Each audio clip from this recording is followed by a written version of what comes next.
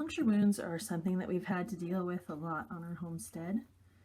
I'm not a veterinarian, but it's something that's really easy to take care of yourself, and especially with smaller animals like chickens and ducks. It's not really worth it to have a veterinarian come out here because the veterinary fee would be a lot more than the animal is worth.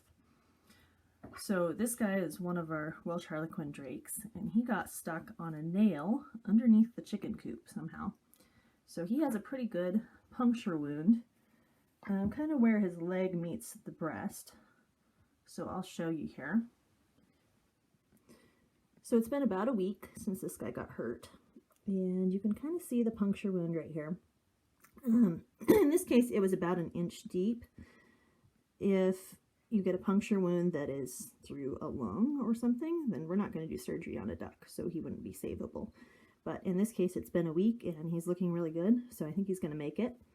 The biggest thing with puncture wounds is that you don't want the outside of the wound to close up before the inside,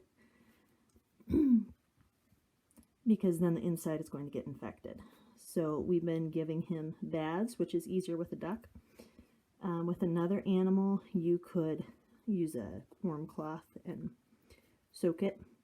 You could do tea or salt water, just a wet rag, and I'd soak it for at least 15 minutes. We've done that with other animals. Or if it's a part of an animal that can't be submersed in water. If it's a hoof on a tame animal, then you can use a bucket of water, or like a dish pan works really well to do an Epsom salt soak. So getting the inside of that wound cleaned out, and then after we do the soak each day, we pour some oil, just our healing oil.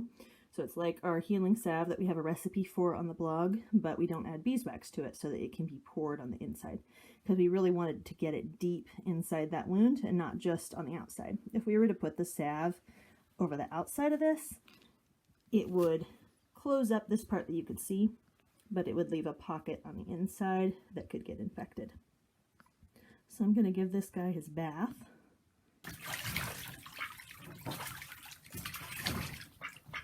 As you can see, he's really enjoying these baths. So we've been doing this twice a day with 2 cups of Epsom salt in the water. You can also use just regular salt if you don't have Epsom salt on hand. And like I said, the idea is just to get that wound really, really clean, especially the inside of it, so that it doesn't get infected.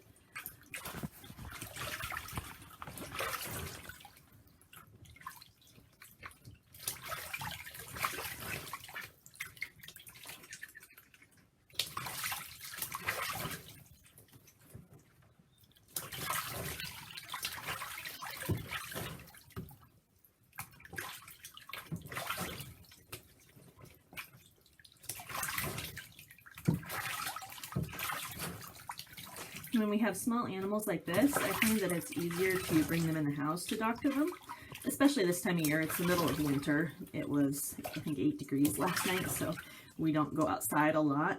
And if I leave the animals outside, not only is it harder on them to recover, but I tend to forget to make it out there to take care of them as much as they need. So we do a pet carrier in our laundry room. And then we can check on them throughout the day, and we remember to take care of them, and it's a lot warmer in there, which helps them to recover faster. So we do that for small animals like chickens and ducks, or a cat. We don't bring large animals in the house.